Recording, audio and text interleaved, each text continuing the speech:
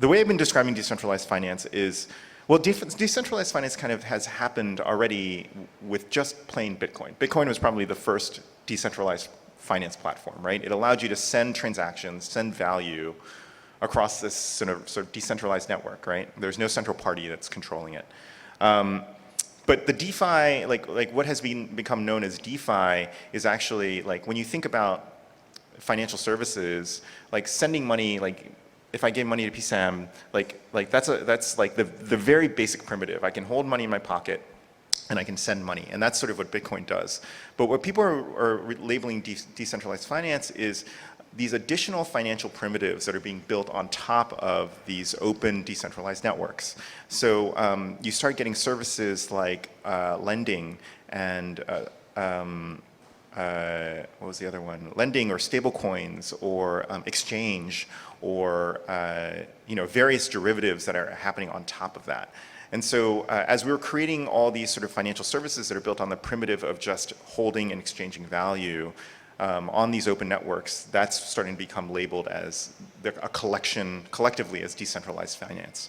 And so we're getting really basic stuff. Someone put up MakerDAO, which is interesting. It allows you to open these collateralized debt positions to basically mint these stable coins, and that algorithmically keeps those coins stable.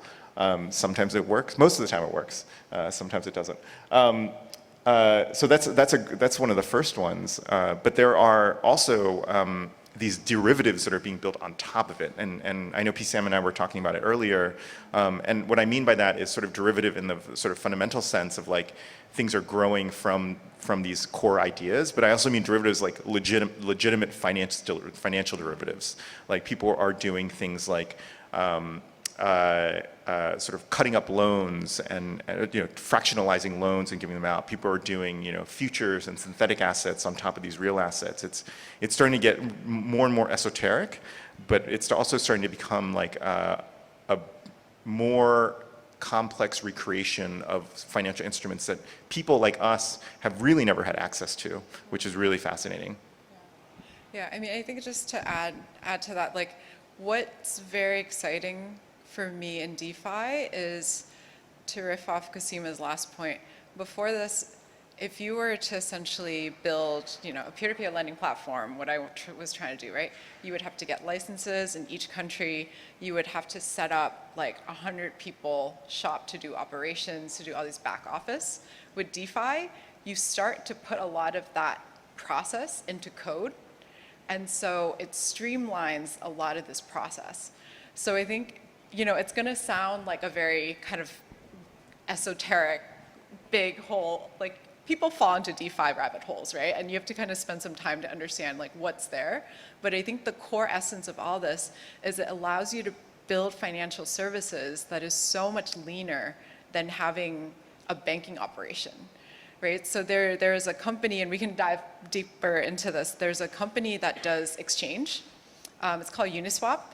They secure about $4.2 billion worth of assets right now, and their core team's 11 people, right? If you look at BitCup, they have like 200 people, and they're doing, I don't know how much they're securing, but it's definitely not even 100 million, I don't think. And Uniswap, the current version of Uniswap, I think launched less than a year ago. Yeah.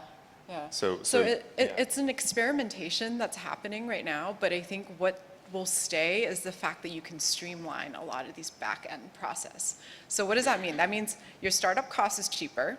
That means you can offer better, more competitive rates to your customer, in theory, right? Once the infrastructure progresses forward.